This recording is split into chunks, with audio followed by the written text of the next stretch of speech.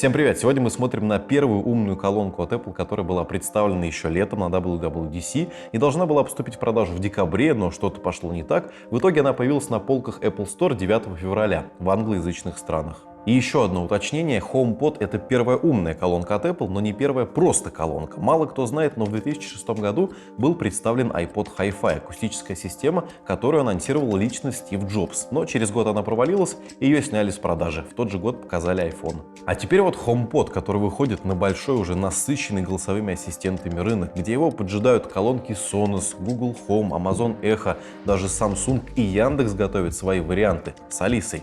Каждая компания считает своим долгом сделать своего голосового ассистента, но получается не у всех хорошо, ровно как и у Apple. И если вкратце, это прекрасная, хорошая колонка и отвратительный ассистент. А теперь подробнее. Симметричный и аккуратно обтянутый сеткой по периметру корпуса, этот цилиндр выглядит неплохо, но кислые лица все равно найдутся, именно те, кому чехлы от Google Pixel 2 не нравились или шлем Daydream. Все в таком же духе сделано.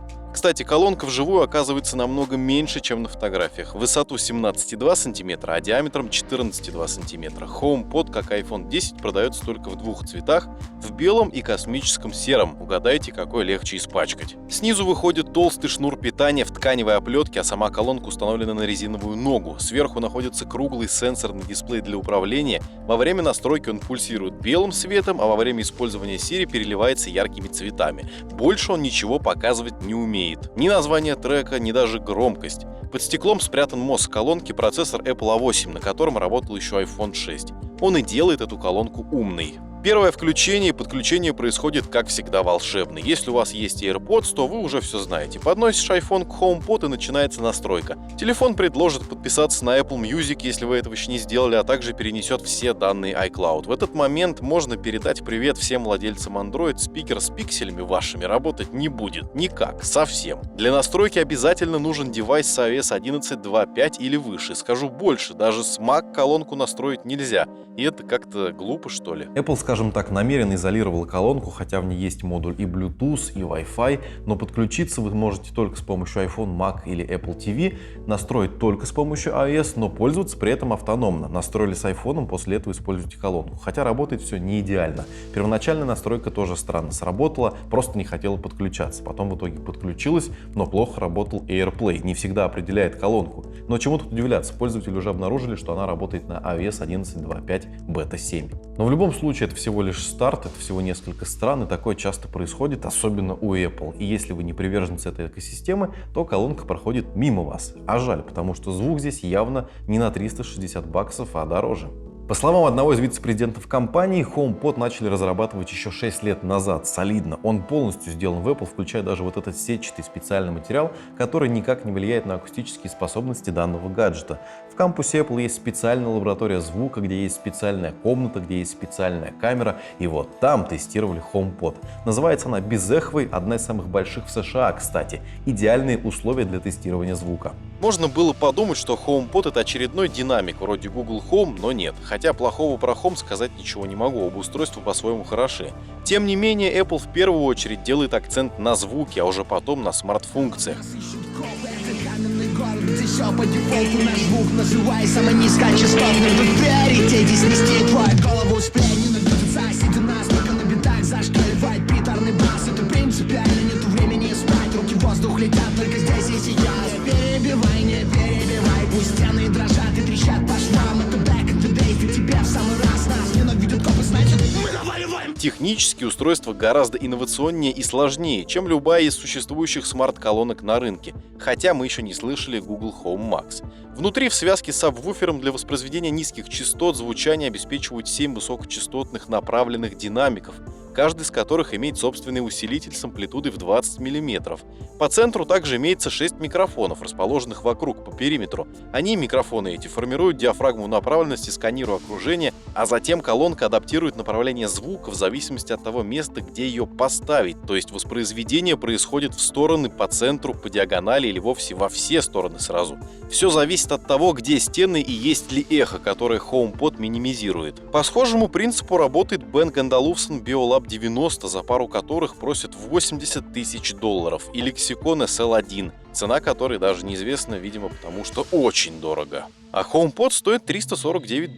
Apple дорого, говорите? Да тот же Home Max от Google стоит $400, но его еще нужно послушать, конечно. В целом звук у HomePod потрясающий. Его можно сравнить даже с монитором Carcaro Kit 6. Если поставить два HomePod и подсоединить к Apple TV, то можно получить очень положительный опыт от просмотра фильма, как в домашнем кинотеатре. По музыке тоже вопросов нет. Даже одна колонка раскачает большую комнату. Это не профессиональный звук, но люди, которым не важно слышать скрип пластинки, останутся неравнодушными.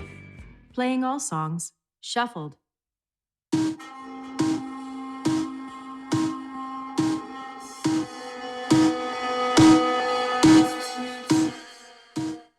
Что касается команд, то слышит неплохо, даже когда музыка громко играет, но не лучше, чем Google Home, например. С распознаванием проблемы бывают, но не часто.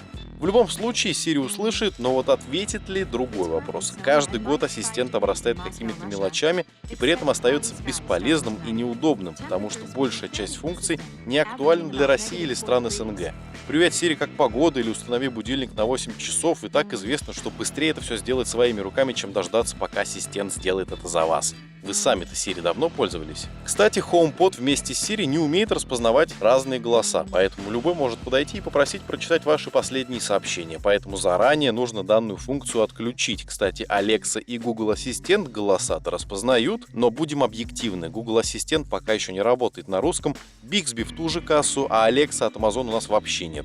Отечественная Алиса от Яндекс в перспективе может стать неплохим и живым помощником, но будет стоять особняком от всех. Своей экосистемы нет.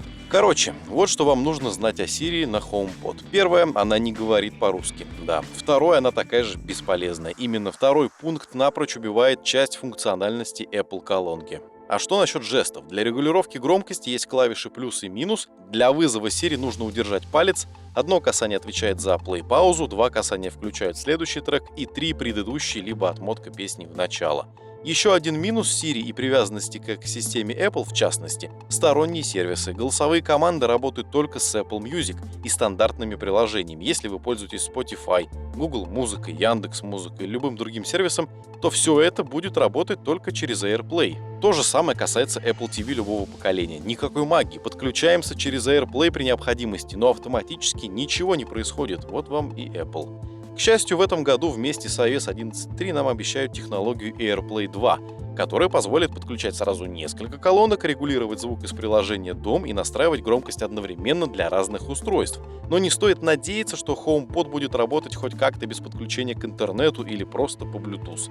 В любом случае сыровато. Ждем обновлений и новых функций. Хотя бы уровень громкости на дисплее было бы неплохо отобразить. Цена. HomePod стоит $350 в США и на данный момент официально продается только в Великобритании, Австралии, ну и в Штатах.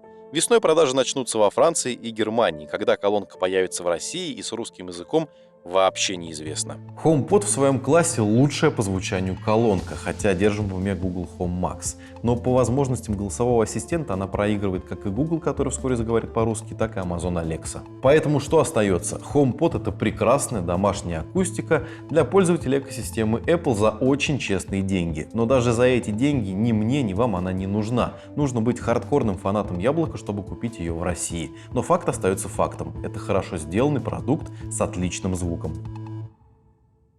You look like this shit. После часа в любое время можете подъехать. Да.